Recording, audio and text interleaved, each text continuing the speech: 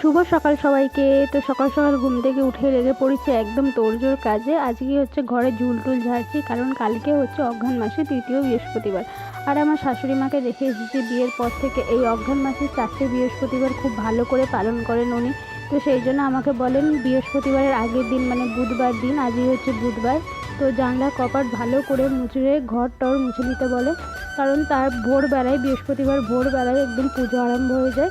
তো আমি সকালবেলা কাজ টাজ করে আর ক্যামেরা ভিডিও করিনি। তো এখন এসে সন্ধ্যাবেলা ছেলেকে পড়ি, আর সকাল থেকে যেহেতু অনেক হাঁটাঘাটুনি হয়েছে তো মাথাটা একটু ধরেছিল, তো এসেছিলাম একটু চা করে নিতে।